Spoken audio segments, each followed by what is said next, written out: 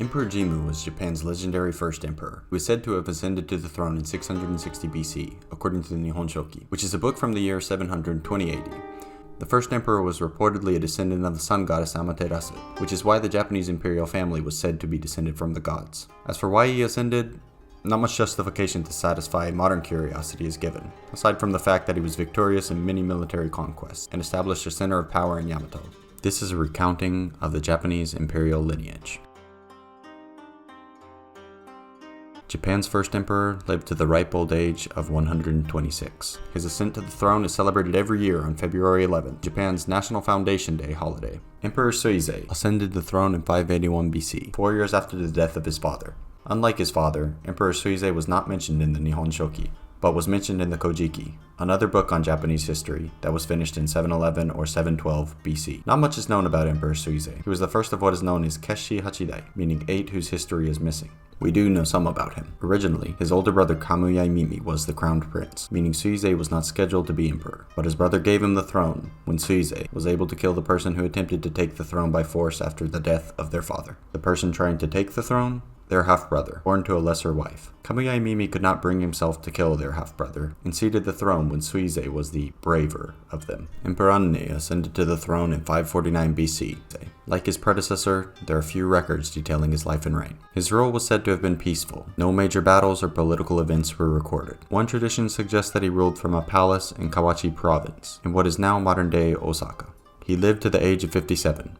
Passing the throne to his son, Emperor Itoku ascended to the throne in 510 BC. He established his court in what is now Nara Prefecture, overseeing governance and the management of regional clans. At the age of 77, he passed away, and his son, Emperor Kosho, succeeded him. Emperor Kosho ascended the throne in 475 BC after the passing of his father. His reign lasted 82 years, remarkably long even by imperial standards. Kosho is believed to have strengthened ties with regional clans, solidifying the imperial court's authority. According to tradition, his palace was located in what is now modern-day Nara Prefecture, suggesting that the Yamato region remained the political center of early Japan. His long rule provided stability, and by the time he passed at the age of 114, the imperial line was well established. His son, Emperor Koan, succeeded him. Koan ascended in 392 BC and reigned for 101 years, passing away at the age of 137. His extreme lifespan reflects the tendency of early imperial records to emphasize longevity and divine heritage. One of the few details noted about Koan is that he ruled from a palace in what is now present-day Osaka. This suggests that the imperial court may have begun expanding its influence beyond Nara. His son, Emperor Kōrei, succeeded him. Emperor Kōrei took the throne in 290 BC and ruled for 75 years. His reign is one of the first where we start to see the slow shift from the purely legendary figures to rulers with a clearer connection to historical reality. Although details remain scarce, some sources suggest that Kōrei continued the tradition of strengthening regional alliance. He is also credited with further establishing imperial rituals that reinforced the emperor's divine status. His son, Emperor Kōgen, took the throne after his passing. Kōgen's reign from 214 BC to 158 BC is one of quiet continuity. The Yamato court continued to function as a central power, and Kōgen is said to have played a role in formalizing imperial succession laws. One of the most notable aspects of his lineage is that he was the father of the Yamato Hime no Mikoto, a princess who would later play a key role in establishing the Ise Grand Shrine. This marks one of the earliest references to Shinto shrine traditions in imperial history. Upon his passing at 56, his son, Emperor Kaika, assumed the throne.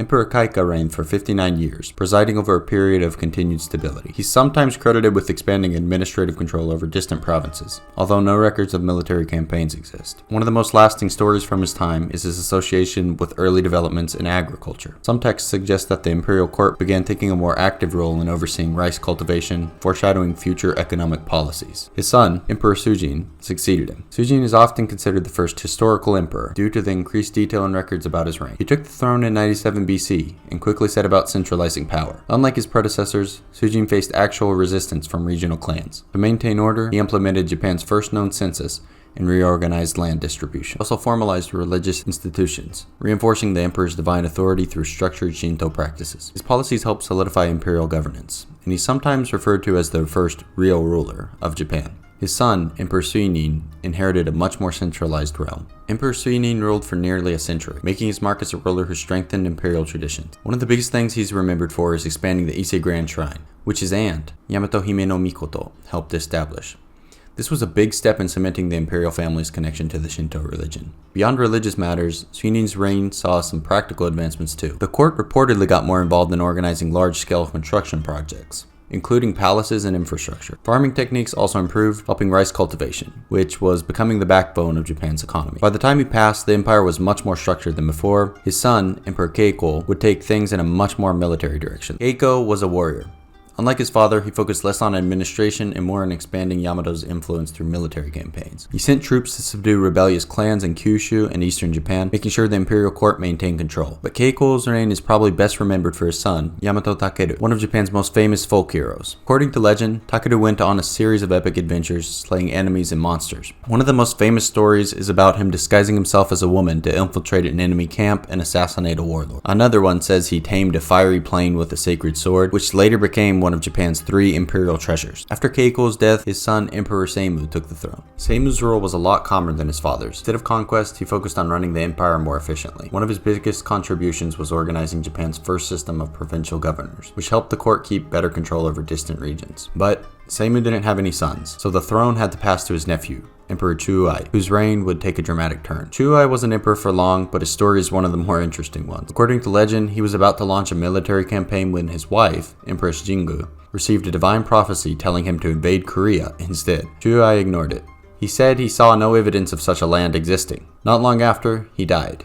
Some say in battle, others say from divine punishment. Either way, Empress Jingu wasn't about to let his death go to waste. She took control and, despite not being officially counted as an empress, ruled Japan for decades. She even launched the invasion of Korea that her husband had refused to pursue. Eventually, her son Emperor Oljin was placed on the throne, marking the start of a new era.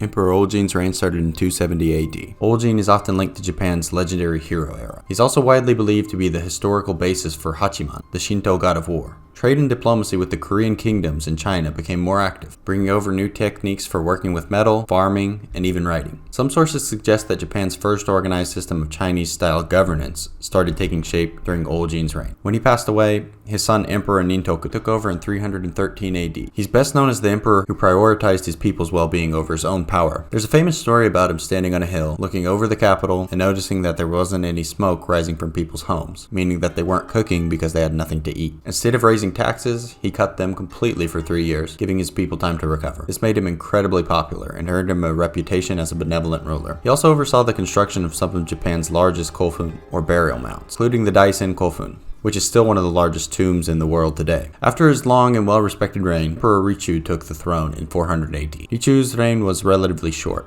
but it came at a time when political intrigue was starting to heat up. One of the few stories we have about him involves his younger brother, who tried to overthrow him. The rebellion failed, but it was a sign the power struggles within the imperial family were becoming more common. Despite this, he managed to keep things under control and continued his father's policies of strengthening the government. When he passed away, his brother, Emperor Hanzei, took over. Hanzei didn't rule for long, ruling only from 406 to 410 AD, and there aren't many records of his reign. After a short rule, the throne passed to Emperor Ingyo. Starting his rule in 411 AD, Ingyo's reign was a mix of political drama and infrastructural progress. One of his biggest challenges was dealing with a major rebellion led by a powerful noble. He managed to put it down, but it was another sign that internal struggles were becoming more frequent. His reign saw improvements in irrigation systems, so that helped boost agriculture. He also encouraged closer ties with Korea, leading to more cultural exchange and adoption of some new technologies. After a long reign, he passed away, and his son Emperor Anko took the throne. Starting in 453 AD, Anko's reign was short and ended in assassination, making him the first Japanese emperor known to be murdered. The culprit?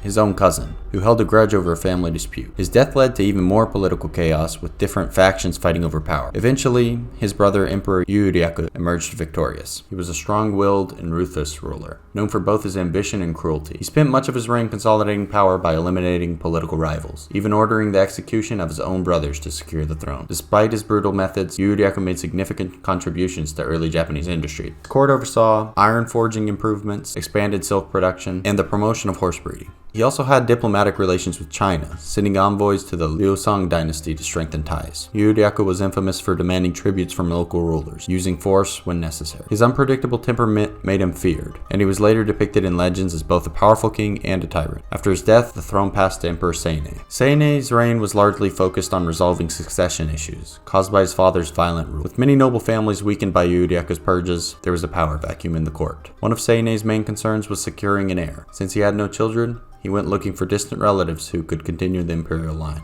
He eventually found 2 young princes, Prince Oke and Prince Woke, who had been hidden away during Yuryaku's reign to avoid execution. Seine adopted them formally, setting the stage for one of them to take the throne after his death. In 485 then, the adopted Prince Oke took the throne as Emperor Kenzo. His reign was marked by vengeance. He personally sought out and executed the man responsible for killing his father decades earlier. Beyond that, Kenzo didn't accomplish much during his short reign. He ruled for only 2 years before dying of illness. With no children of his own, his younger brother, Prince Woke, succeeded him as Emperor Ninken. Emperor Ninken ruled from 488 to 498 AD. His reign was relatively stable compared to his predecessors. He focused on restoring order after years of court intrigue, working to re-establish relationships with regional rulers. One of his key accomplishments was a major land survey, ensuring the agricultural lands were properly managed and taxed. He also promoted the construction of better roads, helping to improve trade and communication between distant provinces. After a decade on the throne, he passed the rule to his son, Emperor Buretsu. Buretsu is often described as one of Japan's most cruel and tyrannical rulers. The Nihon Shoki paints him as a violent leader who took pleasure in punishing his enemies, terrorizing the court. Buretsu died without an heir, leading to a power shift that brought Emperor Keitai to the throne. Emperor Keitai took the throne in 507 AD. He wasn't directly related to Buretsu, making his rise to power somewhat unusual. He was a distant relative from another branch of the imperial family, chosen to prevent a succession crisis. His reign marked a transition to a more organized and centralized government. Some of the advancements under him were the introduction of permanent governors, increased ties with Korea, and early Buddhist influence. After his long reign, his son Ankan took the throne. Ankan's rule was brief and largely administrative. His main focus was land redistribution. He made sure that powerful families didn't hoard too much farmland. This helped prevent uprisings from poor farmers, but didn't completely solve the issue. He also encouraged the use of stone in construction, a shift from purely wooden structures. During this period, there were early forms of fortifications and more durable shrines. Ankan died of illness, and his younger brother, Emperor Senka, succeeded him in 536 AD.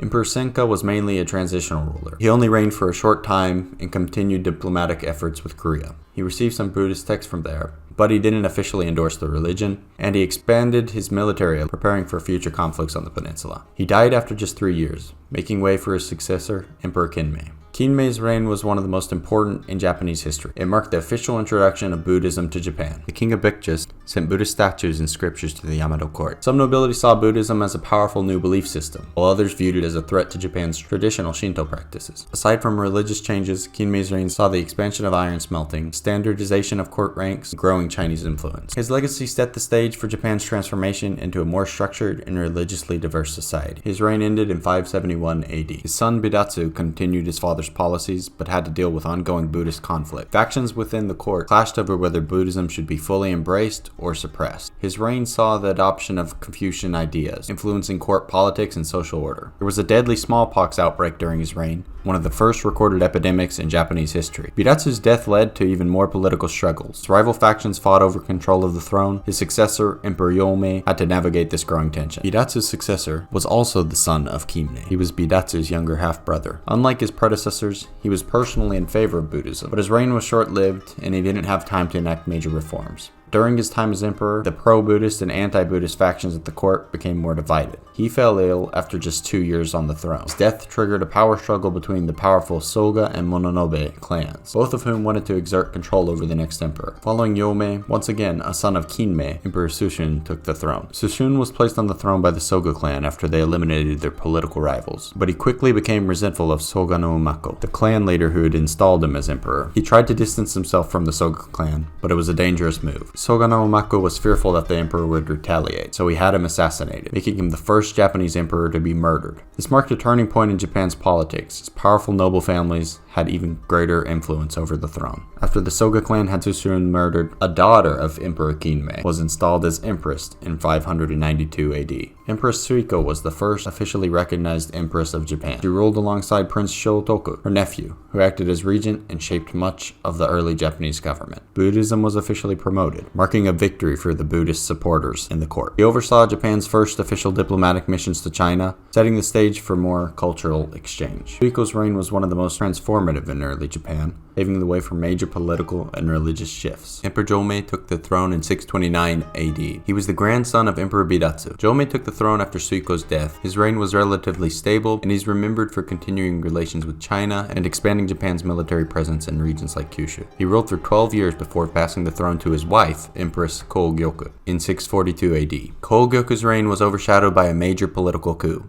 The powerful Nakatomi no Kamatari and Prince Naka no Oe staged the Ishii incident, assassinating a high-ranking Soga official and effectively ending the Soga clan's dominance. After the coup, Kogyoku abdicated in favor of her son, Prince Naka no Oe, who became Emperor Kotoku. Kotoku's reign was defined by massive government reforms, known as the Taika reforms. Land and taxation laws were overhauled, bringing the country closer to a Chinese-style centralized state. The emperor's power was strengthened, with noble families losing some autonomy. Despite his ambitious policies, Kotoku's reign ended on a strange note. He'd never had children, and when he died, his mother, former Empress Kogyoku, returned to the throne under a new name.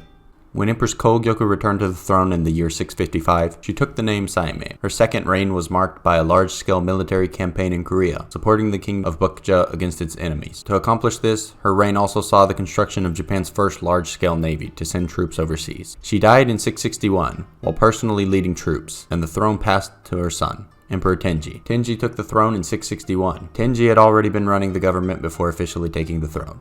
He's most known for creating Japan's first formal legal codes, implementing a census and taxation system to manage land distribution, and strengthening the military further. His reign ended with a succession crisis, as multiple claimants vied for the throne after his death. His son then took the throne in 672 AD as Emperor Kobun. Kobun's reign lasted only a few months before he was overthrown by his uncle, and a civil war known as the Jinshin War. Emperor Tenmu ushered in a new era of reforms. He banned private land ownership, centralizing land further under the emperor. He started the compilation of the Kojiki, one of Japan's oldest historical records. He emphasized Shinto rituals, reinforcing the emperor's divine status, and his reign set the foundation for Japan's imperial system, many aspects of which would last for centuries. After Emperor Tenmu died in 686, his wife took over as Empress Jito. Her reign was marked by the completion of the Fujiwara Palace, Japan's first permanent imperial palace, and a major land and taxation reform. She later abdicated in favor of her grandson, Emperor Monmu, but continued to wield influence behind the scenes. Monmu took the throne as a child, marking the return to a male emperor after Jito's reign. His time as emperor saw the introduction of the Taihou Code in 701, Japan's first comprehensive legal system, modeled after Chinese law. He also restructured the court bureaucracy, making government more organized. Monmu died young, and his mother, Empress Ginmei, took the throne to stabilize the transition. Empress Ginmei, who we briefly mentioned at the beginning, was the daughter of Emperor Tenji and the mother of Emperor Monmu. Ginmei became empress to ensure a smooth succession for her young grandson. She moved the capital to Heijō-kyo in Nara, laying the groundwork for the Nara period. She abdicated in favor of her daughter,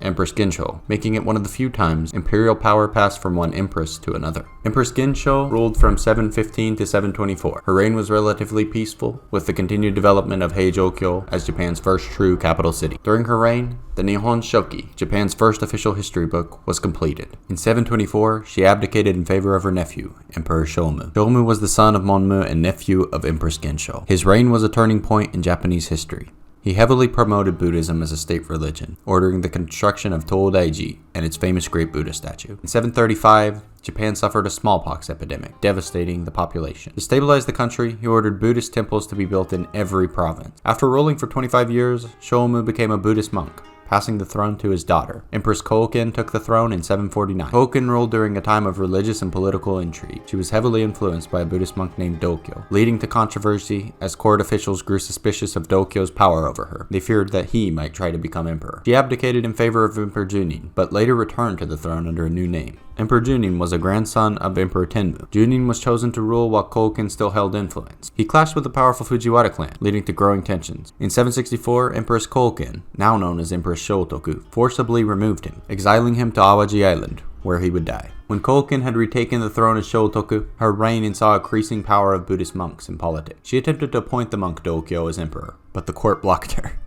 She died in 770 without naming an heir, leading to a power shift in the imperial family. Emperor Konin took the throne in 770. He was a great-grandson of Emperor Tenmu. He was chosen by the court to restore stability after Empress Shotoku's controversial and destabilizing reign. His reign focused on reducing the influence of Buddhist monks in politics. He cracked down on corruption in the government, and he began transitioning power to his son, Emperor Kanmu, who would go on to reshape Japan.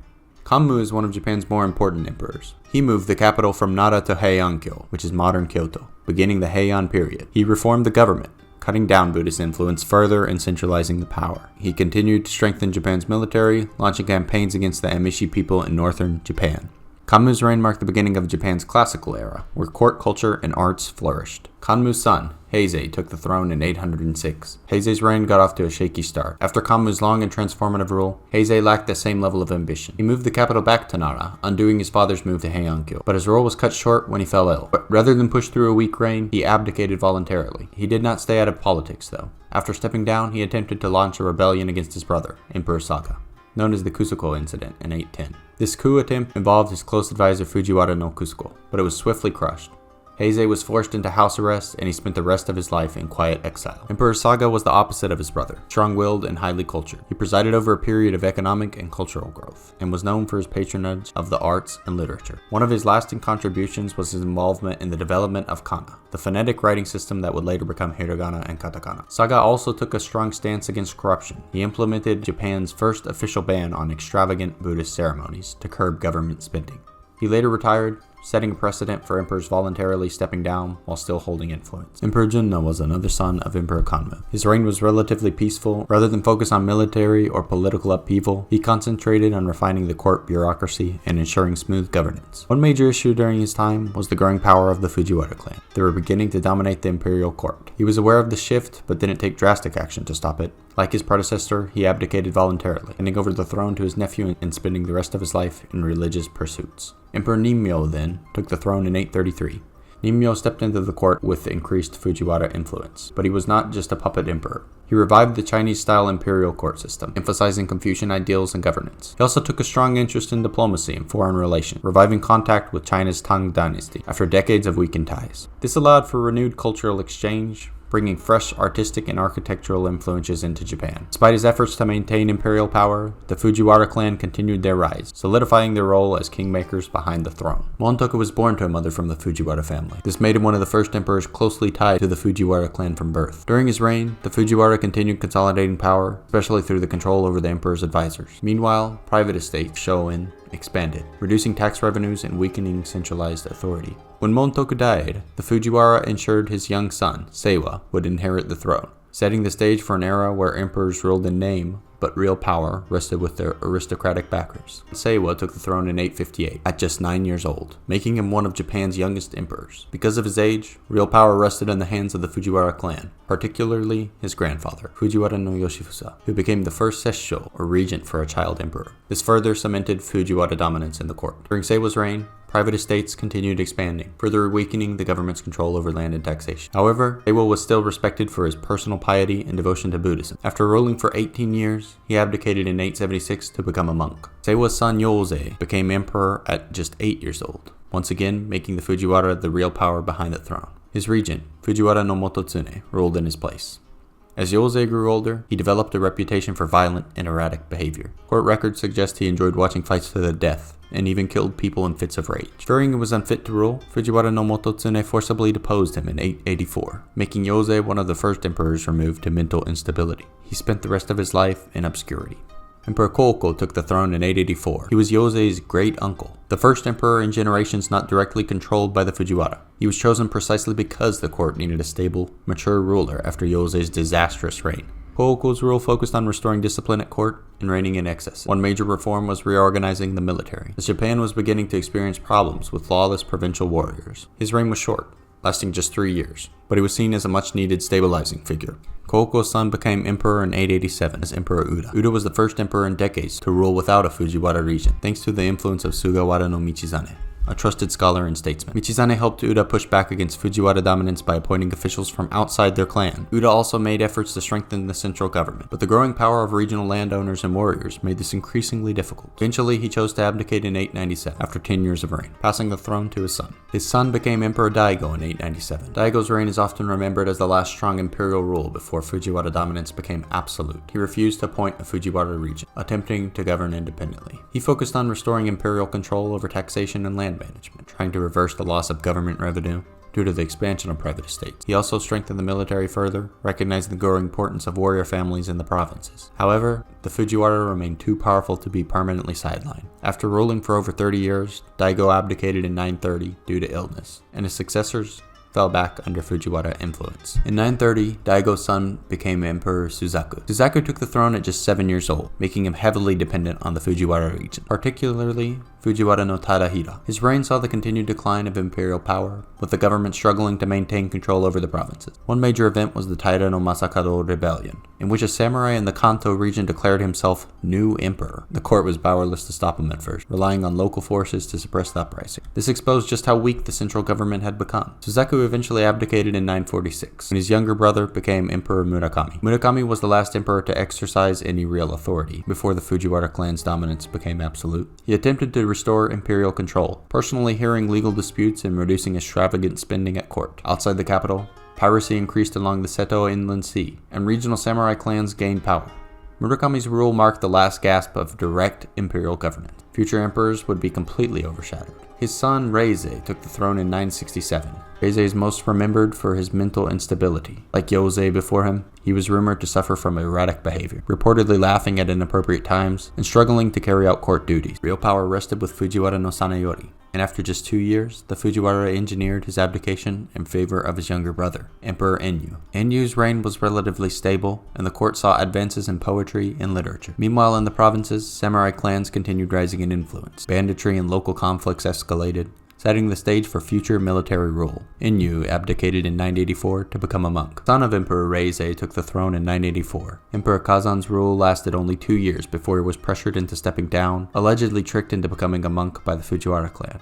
His abdication was a further showing of the Fujiwara's marriage politics strategy. They continued ensuring that emperors were always young and easily controlled. In 986, Emperor Ichijo took the throne. He was the son of Emperor Enyu. Ichijo ascended at just 7 years old, making him another puppet of the Fujiwara clan. His maternal grandfather, Fujiwara no Michitaka, controlled the court as regent, later passing power to his son, Fujiwara no Michinaga, who would become the most powerful figure of the era. Despite Fujiwara dominance, Ichijo's reign saw a golden age of Heian culture. The Tale of Genji, the world's first novel, was written during this period by Murasaki Shikibu, while Shonagon's The Pillow Book captured court life in vivid detail. Outside the capital, tax revenues declined as noble families expanded their private estates, further weakening imperial authority. In 1011, Ichijo's first cousin Sanjo became emperor as a rare break in Fujiwara dominance. He wasn't the son of a Fujiwara mother, making him harder to control. He attempted to govern independently, but Fujiwara no Michinaga pressured him relentlessly, using court politics to isolate him. Sanjo suffered from worsening eye disease, which the Fujiwara exploited as an excuse to force his abdication. In 1016,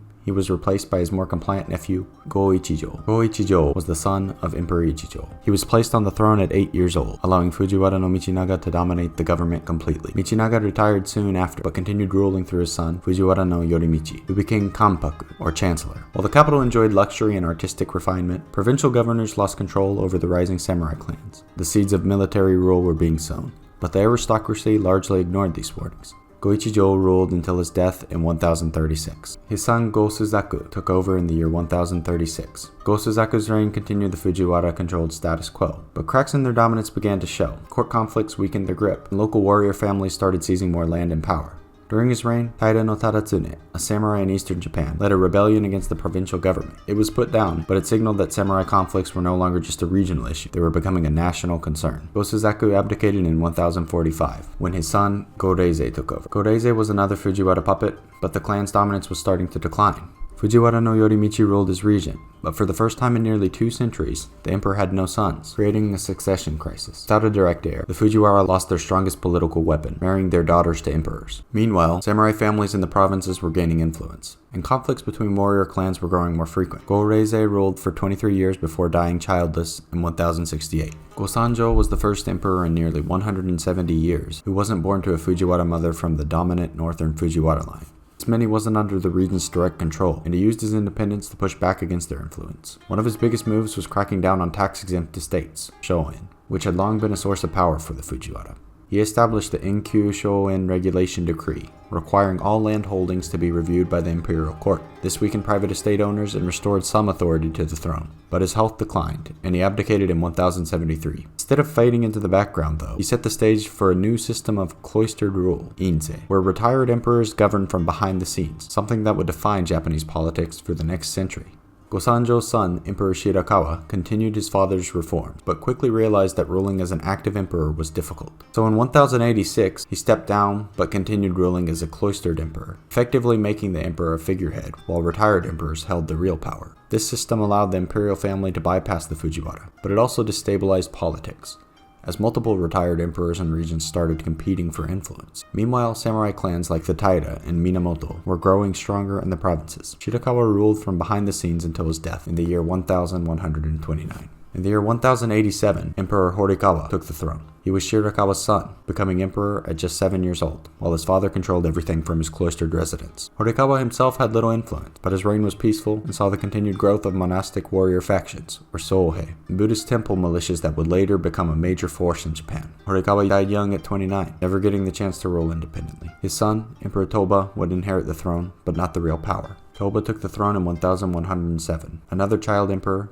Toba ascended at 5 years old, with his grandfather Shirakawa still running the government. Even after Toba abdicated in 1123, he was forced to act as a puppet still, while Shirakawa continued ruling. During this time, tensions between the Taira and Minamoto samurai clans escalated, foreshadowing the conflicts that would eventually end imperial rule altogether. Shirakawa's death in 1129 finally freed Toba to wield some authority, but court politics remained chaotic. Emperor Sutoku took the throne in 1123. He was Toba's son. He was placed on the throne while his father was still alive, continuing the pattern of early abdications, but after ruling for nearly 2 decades, he was betrayed by his own family. When Toba decided to back a different son, Emperor Konoe, as his successor, Sutoku was forced into early retirement. This led to the Hogen Rebellion in 1156, a bloody power struggle between retired emperors, Fujiwara factions, and rising samurai forces. Sutoku lost and was exiled to Sanuki Province, modern-day Kagawa Prefecture, where he allegedly went mad and became a vengeful spirit in Japanese folklore. RIP. Konoe was placed on the throne at just 3 years old, controlled entirely by Toba from behind the scenes. Despite political turmoil, Konoe's reign itself was mostly uneventful. Konoe died very young at just 17. It triggered a succession crisis that would soon escalate into outright war. In 1155, Emperor Go Shirakawa came to power after Konoe's unexpected death, skipping over Sutoku's son, which enraged the former emperor, leading to the aforementioned Hogen Rebellion. Though Go Shirakawa abdicated in 1158, he remained the most politically powerful figure in Japan for decades, pulling the strings from behind the scenes. But his manipulations would eventually backfire, as he played the Taira and Minamoto clans against each other, setting the stage for the Genpei War. In 1158, Go Shirakawa forced his son Nijo onto the throne while keeping all real power. But unlike previous puppet emperors, Nijo resented being sidelined. He tried to break free of his father's control by aligning himself with the Fujiwara clan and the rising Taira samurai. The tension exploded into the Heiji Rebellion in 1159, where Minamoto no Yoshitomo tried to seize power by kidnapping Nijo and Go Shirakawa. Taira no Kiyomori crushed the uprising, cementing his clan as the new dominant force in Japan. Nijo died young at 22, leaving his infant son, Rokujo, as his successor. But his grandfather Go Shirakawa remained the real power. Rokujo became emperor at just 1 year old, with his grandfather Go Shirakawa still ruling from behind the scenes. Taira no Kiyomori's power was growing rapidly. By 1168, Kiyomori pressured Go Shirakawa to force Rokujo to abdicate in favor of another son, Emperor Takakura. Rokujo faded into obscurity and became a Buddhist monk, having never exercised any power of his own. Emperor Takakura took the throne in 1168. Unlike his immediate predecessors, Takakura actually had some independence, but only because he was Taira no Kiyomori's puppet instead of Go Shirakawa's. Kiyomori had married his daughter to Takakura, making him the grandfather of a future emperor. While Takakura himself was mild-mannered and largely uninterested in politics, Kiyomori ruled Japan like a military dictator, crushing his enemies and elevating the Taira to heights no samurai clan had ever reached before. By 1180, Kiyomori decided to force Takakura to abdicate. After forcing Takakura to abdicate, he put his 2-year-old grandson Antoku on the throne, fully expecting to rule through him. This blatant power grab triggered a massive rebellion. The rival Minamoto clan, led by Minamoto no Yoritomo, rose up in the name of another imperial prince, Prince Mochihito, who called for the destruction of the Taira. The war raged for 5 years, featuring legendary battles like the Battle of Uji in 1180 and the Battle of Dan no Ura in 1185, where the Taira were annihilated at sea, and the young Emperor Antoku drowned in the waves. With the Taira wiped out, Minamoto no Yoritomo took control, setting the stage for the first samurai-led government in Japan's history. In 1183, while the Taira still held Antoku, the Minamoto placed their own puppet emperor on the throne, the 3-year-old Gotoba, in 1183, declaring Antoku's rule illegitimate. After Minamoto no Yoritomo seized power, Gotoba remained a figurehead, while the new shogunate in Kamakura ruled the country. In 1198, he abdicated, but unlike previous retired emperors, he wasn't content to sit quietly. In 1221, he launched a failed rebellion, the Jokyu War, against the shogunate, trying to restore imperial power. The attempt backfired spectacularly, and he was exiled to the remote Oki Islands. In the year 1198, Emperor Tsuchimikado took the throne. Tsuchimikado was Go-Toba's son, but just like his father, he was completely powerless, as Japan was now ruled by the Kamakura shogunate. When Go-Toba launched the Jokyu War in 1221, Tsuchimikado tried to stay out of it, but his neutrality didn't save him. After Go-Toba's defeat, he was forced to abdicate and was sent into exile in Tosa Province, modern-day Kochi Prefecture. In 1210, Emperor Juntoku took the throne. Another son of Go-Toba, Juntoku was just keeping the seat warm. Like his father and brother, he had zero real power. That didn't stop him from trying. When Go-Toba led the Jokyu War in 1221, Juntoku supported him, but when the rebellion failed, Juntoku was kicked off the throne and exiled to Sado Island. He lived out his days there completely cut off from politics. In 1221, Chūkyō took the throne and reigned for just 2 months. The Jokyu War had broken out immediately. When the imperial side lost, the shogunate removed him from power after just 2 months. He wasn't even officially included in the imperial list until centuries later, when historians decided he should count. After being deposed, he lived a quiet life outside politics. In 1221, Emperor Go-Horikawa took the throne.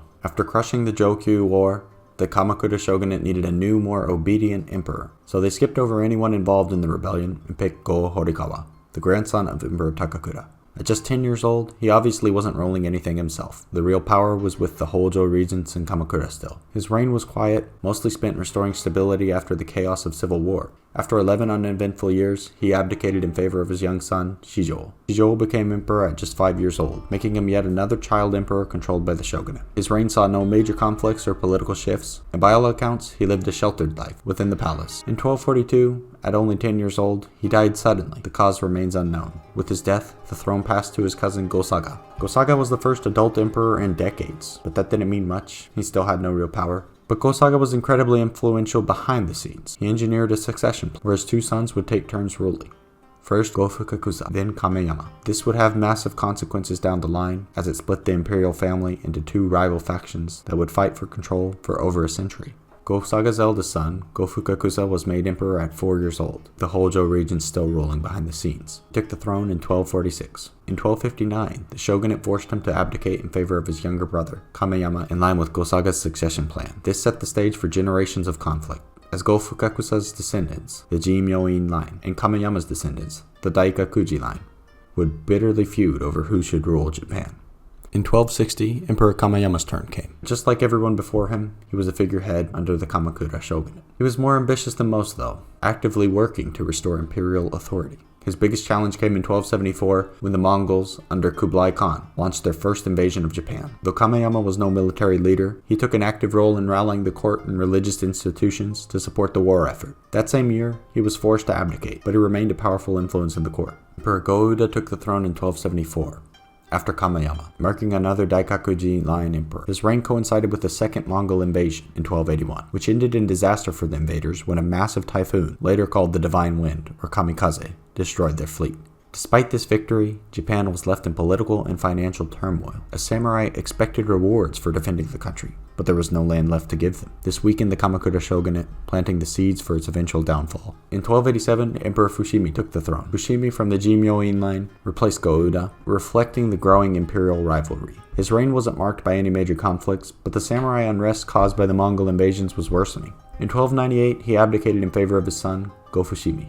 Go-Fushimi only ruled for 3 years before being forced to step down in favor of Go-Nijo, a Daikakuji line emperor. The Jimyo-in and Daikakuji factions were now actively fighting over succession, with each side trying to place its own candidate on the throne. This constant back and forth destabilized the court, making it easier for military leaders to step in later. In 1301, Go-Nijo came to the throne as part of the Daikakuji's line attempt to hold power. His rule wasn't particularly eventful, but the conflict between the 2 imperial lines was worsening. In 1308, he died young at 25 years old, and the throne returned to the Jimyo-in line with Hanazono. Hanazono's reign saw rising discontent among the samurai, who were still frustrated over the lack of rewards from the Mongol invasions. Meanwhile, the imperial succession struggle was getting more chaotic, with neither the Jimyo-in nor the Daikakuji line willing to back down. In 1318, he abdicated in favor of Go-Daigo, who who would completely shatter the existing power structure. Go Daigo wasn't content to be another powerless emperor. He actively tried to overthrow the Kamakura shogunate, making his reign one of the most turbulent in Japanese history. His first rebellion in 1324 failed before it even started, but he tried again in 1331, directly challenging the Hojo clan's rule. This sparked the Genko War from 1331 to 1333, where Go-Daigo fled into exile, while the shogunate installed a puppet emperor. But Go-Daigo wasn't done. With the help of powerful samurai like Kusunoki Masahige and Nitta Yoshisada,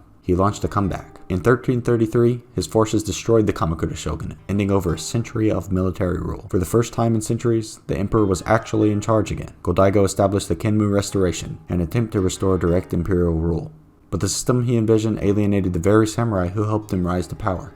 This led to his downfall as a rival warlord. Ashikaga Takauji turned against him and seized Kyoto in 1336. Go-Daigo fled south, setting up the southern court in Yoshino, while Ashikaga installed a new emperor in Kyoto under his own influence. This split the imperial family into two competing courts, the northern and southern courts, which would fight for legitimacy for the next 60 years. After Go-Daigo's death in 1339, his son Go-Murakami inherited the southern court's fight against the northern court and the Ashikaga shogunate. Unlike his father, who spent much of his reign in exile, Go-Murakami was far more active in leading the resistance. He ruled from Yoshino in the mountains of Nara, and despite being outnumbered, he and his generals kept the southern court alive for decades. His forces, led by warriors like Kusunoki Masanori and Kitabatake Chikafusa, launched the repeated attacks on Kyoto, even capturing the capital in 1352 and kidnapping the reigning northern court emperor, Gokuogon. Despite these victories, Go-Murakami never managed to fully reclaim power. The Ashikaga shogunate kept pushing back. By the time he died in 1368, the southern court was weaker than ever. Go-Murakami's son Chouke continued the fight, but by this point the southern court was in serious decline. Unlike his predecessors, Emperor Chouke was seen as more stubborn and unwilling to negotiate, using any peace talks with Ashikaga. Under his reign, the southern court lost much of its support, and their forces were constantly on the run. The Ashikaga shogunate, now held by Ashikaga Yoshimitsu, was getting stronger, and the war was becoming one-sided. In 1383, Go-Kameyama became emperor and realized that continuing the war was hopeless. With most of Japan under Ashikaga control, he finally agreed to negotiate reunification with the northern court. In 1392, Go-Kameyama formally surrendered the northern court and handed over the imperial regalia, marking the official end of the Nambokucho period. In theory, the plan was to alternate emperors between the two lines, but the Ashikaga shogunate never honored this deal. The Jimyoin line, the northern court, became the sole imperial lineage from this point forward. With that, the imperial family was reunited. Power remained firmly in the hands of the shogunate. In 1382 then, Go-Komatsu became emperor, though he technically became emperor before the reunification. Go-Komatsu was recognized as the legitimate ruler after Go-Kameyama stepped down in 1392. He ruled during the height of Ashikaga Yoshimitsu's power, when the shogunate controlled nearly all political affairs. In 1395, Yoshimitsu even retired as shogun, but kept ruling from behind the scenes, making it clear that the emperor was still just a figurehead. Go-Komatsu eventually abdicated in 1412, passing the throne to his son, Shouko. Shouko became emperor during a relatively peaceful period, but his reign saw growing tensions between the Ashikaga shogunate and its vassals. While the imperial family remained in Kyoto, real power struggles were now happening among the samurai clan. He was known for having a short temper and poor health. He died without an heir in 1428, leading to a crisis over succession. His death paved the way for the enthronement of Go-Hanazono, chosen with the backing of the Ashikaga shogunate. Go-Hanazono took the throne at just 10 years old. His reign was marked by the continued decline of the Ashikaga shogunate. Power struggles within the government and between regional samurai factions intensified. He reigned for over 35 years, but had little influence over political affairs, as the court remained overshadowed by the shogunate. One of the biggest events of this era was the increasing instability within the Ashikaga leadership. In particular, under Ashikaga Yoshimasa, who became shogun in 1449. Yoshimasa's ineffective rule and disinterested governance set the stage for major conflicts after Go-Hanazono's abdication. He abdicated in 1464 in favor of his son, Emperor Go-Tsuchi Mikado. Emperor Go-Tsuchi Mikado's reign was similarly dominated by the fallout from the Onin War, which took place from 1467 to 1477. It was a full-scale civil war that led to the eventual breakdown of central authority and a fragmented Japan. Go-Tsuchi Mikado's reign was marked by little direct involvement in political matters, as the Ashikaga shogunate still held most of the power, and the country was essentially governed by feudal lords. He ruled until his abdication in 1500, at which point his son, Emperor Go-Kashiwabara, took the throne. Go-Kashiwabara inherited an imperial court in crisis. By the time he took the throne, the treasury was so depleted that the court couldn't even afford a proper enthronement ceremony. He spent much of his reign working to secure funding for the court, relying on temple contributions and wealthy aristocrats. One of his major efforts was reviving poetry and court culture, particularly through imperial anthologies that preserved classical Japanese literature. His reign also saw the continued rise of regional warlords, or daimyo, which meant that the court continued to have little influence beyond Kyoto. Despite his struggles, he remained dedicated to his role and by the end of his reign, the imperial court had managed to regain some stability. He was succeeded by his son in 1526. Emperor Gonada's reign was one of the most difficult in imperial history. Gonada took the throne as Kyoto fell deeper into chaos. Unlike his father, who struggled to keep the court afloat, he had to negotiate directly with warlords for survival. The court was still broke, and the Ashikaga shogunate was crumbling. Despite his efforts to mediate conflicts, real power was still in the hands of warlords, like Takeda Shingen and Oda Nobunaga. By the time he died in 1557, the court's finances were still dire, but emperors were becoming useful tools for ambitious samurai looking to legitimize their rule. He was succeeded by his son, Emperor Ogimachi. Ogimachi took the throne in 1557. He reigned during the last years of the Sengoku period. He gained the support of Oda Nobunaga, who helped restore some dignity to the imperial court. Nobunaga even sponsored court rituals and repairs to the palace, something unheard of for decades. After Nobunaga's assassination in 1582, Toyotomi Hideyoshi took over as Japan's unifier.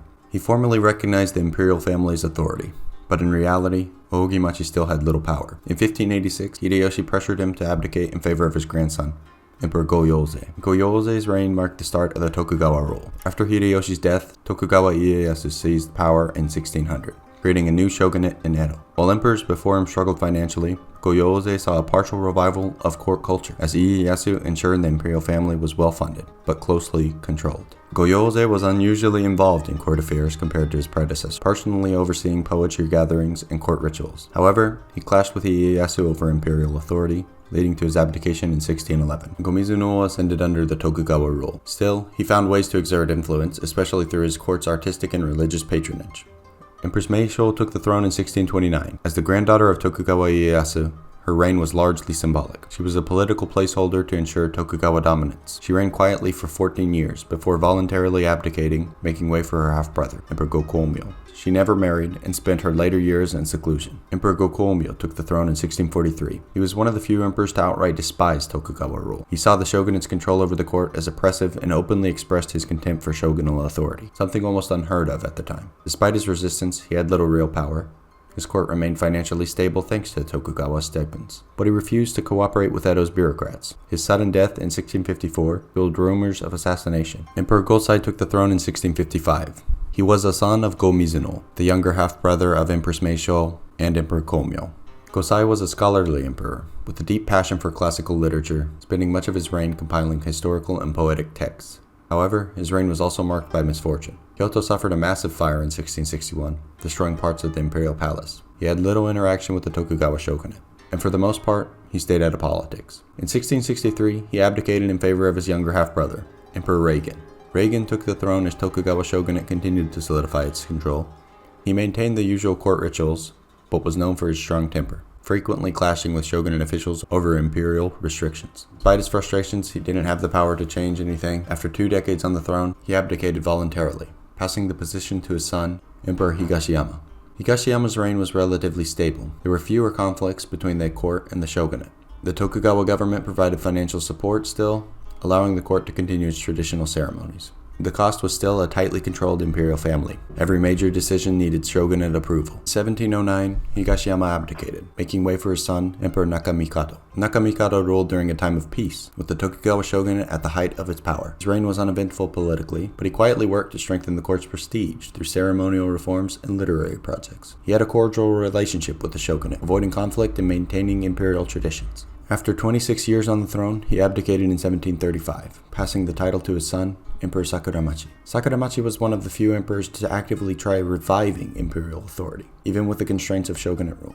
He worked to restore traditional court ceremonies and promoted imperial scholarship. He never directly challenged the government. He subtly pushed for a greater imperial presence, though, in religious and cultural matters. After 12 years, he abdicated in 1747. He spent his later years continuing his religious studies. His son, Emperor Momozono, took the throne in 1747. Momozono became emperor at just 6 years old, meaning actual governance fell to his regents. His reign saw major natural disasters, including severe crop failures in the 1750s that led to famine and social unrest. A major smallpox epidemic swept through Japan in 1757, and Momozono himself fell seriously ill. He died young at just 21, and his younger sister took the throne as Empress Go Sakuramachi. Go Sakuramachi ruled from 1762 to 1771. She was Japan's last empress, taking the throne as a temporary ruler until a suitable male successor was ready. Her reign saw ongoing economic issues, including massive fires in Edo, or modern-day Tokyo, which devastated large sections of the city. Despite being highly educated and politically aware, she stepped down in 1771 in favor of her nephew, Emperor Go-Momozono. Go-Momozono's reign was plagued by economic troubles, including increasing unrest among the lower classes due to harsh taxes and corruption in local governance. He was a sickly emperor, and after suffering a sudden illness in 1779, he rushed to adopt an heir before dying. The chosen successor was his cousin, Prince Morohito, who became Emperor Koukaku. Koukaku took the throne in 1780. He was one of the most proactive emperors in centuries. Despite the shogunate's dominance, he tried to assert imperial influence, taking an unprecedented step in 1789 by attempting to grant a court noble an official imperial title, something only the shogunate had the authority to do. This led to direct conflict with the Tokugawa government, which forced him to back down. Koukaku revived imperial rituals, strengthened the court's financial position, and promoted historical scholarship. Meanwhile, Japan faced growing social unrest, including peasant uprisings and the Kansei reforms, a set of strict economic and moral policies introduced to curb corruption. Koukaku eventually abdicated in 1817, passing the throne to his son, Emperor Ninko. Ninko's reign was defined by hardship. Japan suffered a series of major famines, particularly the Great Tenpo Famine from 1833 to 1837, which devastated rice crops and led to widespread starvation. This period also saw rising anti-shogunate sentiment, with samurai and intellectuals openly criticizing the government's failures. At the same time, Japan was being threatened by foreign ships, particularly from Russia and Britain, which sought to open trade. The shogunate continued its isolationist policy, but pressure was building. Ninko died in 1846, just as Japan was approaching a crisis. His son, Emperor Koomei, would soon face the greatest foreign challenge Japan had seen in centuries. Taking the throne in 1831, Koomei was the last emperor to rule in complete isolation under the shogunate. But during his reign, Japan's forced opening to the west sparked immense political unrest. The arrival of Commodore Perry in 1853 shook the country, and Koomei vehemently opposed foreign influence. For the first time in centuries, the emperor began taking an active role in politics, calling for the expulsion of foreigners. His support for samurai movements resisting Western influence fueled rising tensions, setting the stage for the Meiji Restoration. Koomei died suddenly in 1867, at just 35, under suspicious circumstances. In 1852 then, Emperor Meiji took the throne. His reign transformed Japan completely. When he took the throne at just 14, the country was still under the shogunate. But within a year, the Boshin War led to the collapse of the Tokugawa shogunate, and the emperor was restored as the actual ruler for the first time in many centuries. The Meiji era saw rapid modernization, including the abolition of the samurai class, introduction of Western military, industry, and education system, and the first national constitution. By the time he died in 1912, Japan had become a world power, defeating China and Russia in major wars. Emperor Taisho took the throne in 1912, but his reign was marked by his poor health, which gradually limited his involvement in government. Due to his condition, his son, the future Emperor Showa, took over many responsibilities before his death. Still, the Taisho era saw important democratic movements, such as the expansion of voting rights, a growing push for political parties, and Japan's participation in World War I, which boosted its economy. Taisho's mental and physical health declined rapidly, and he died in 1926. Making way for the long and turbulent era of his son, Emperor Showa. Emperor Showa, better known as Hirohito, had the longest reign in Japanese history, spanning World War II, Japan's defeat, and its rise as an economic powerhouse. Initially, in line with Japanese tradition, he was seen as a divine ruler, but after World War II, under U.S. occupation, he renounced his divinity in 1946. His era had two starkly different halves. Before 1945, Japan was an imperial power, engaging in wars in China and the Pacific, ultimately leading to defeat in World War II. After 1945, Japan transformed into a peaceful, democratic, and economically booming nation, with rapid modernization and global influence. Despite lingering controversies over his role in the war, Showa remained on the throne until his death in 1989. His son, Akihito, became emperor in 1989. Setting himself apart from previous emperors, he made a deliberate effort to connect with the public. He was often seen visiting disaster-stricken areas after events like the 1995 Kobe earthquake and the 2011 Tohoku tsunami. In 2016, he publicly expressed his wish to abdicate due to age and declining health, leading to a historic decision. He became the first emperor to abdicate in over 200 years, passing the throne to his son, Emperor Naruhito. Emperor Naruhito is the current reigning emperor. His reign began the current era, the Reiwa era, in 2019. He's the first emperor to have studied abroad, attending Oxford University, and has a strong interest in water conservation and environmental issues. His rule so far has been shaped by global challenges, including the pandemic, which delayed the Tokyo Olympics and disrupted Japan's economy. While the role of emperor is now purely symbolic, Naruhito continues his father's approach of being an empathetic and public-facing monarch.